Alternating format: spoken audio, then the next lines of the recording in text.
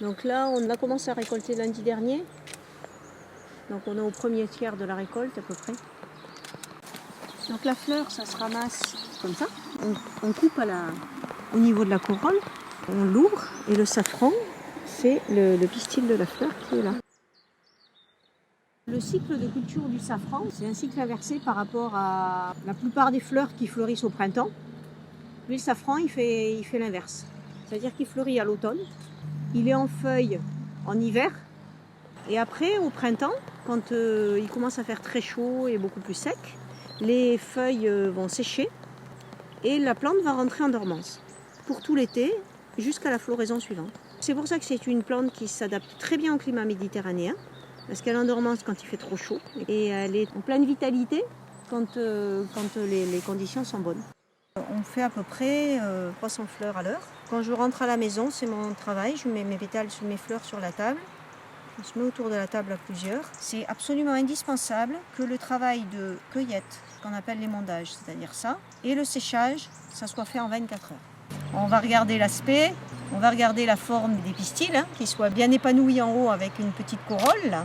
Alors, la meilleure façon de consommer le safran. Déjà, il faut acheter du safran entier. L'idéal, c'est d'acheter du safran qui a été produit de millésime qu'à un an. Parce que c'est au bout d'un an qu'il est le meilleur. C'est comme un petit peu le vin, il y a un temps de maturation. Faire infuser son safran. Toujours. Le faire infuser préalablement.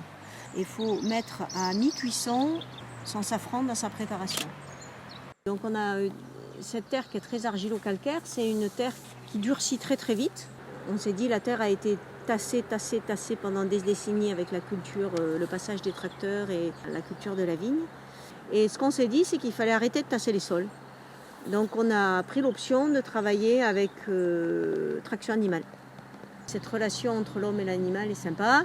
Et puis c'est aussi une démarche écologique. Parce que là j'ai un cercle vertueux, c'est-à-dire que mes bêtes travaillent, me donnent du fumier. Le fumier, je m'en sers pour alimenter ma terre et je ne mets que ça. C'est une démarche qui s'est faite petit à petit, au fur et à mesure des années. Mais je me refuse d'utiliser des produits qui polluent, quoi. Donc je récupère l'eau, je fais avec ce que j'ai, je récupère les plantes spontanées. La nature nous offre tellement de belles choses qu'il faut savoir l'utiliser intelligemment, quoi. Du moins, moi, c'est mon état d'esprit. Les herbes, toutes les plantes ont une utilité. Et si elles sont là, c'est pas pour rien. Déjà, la terre est abîmée et il faut qu'on la laisse en meilleur état que ce que nous l'avons reçu.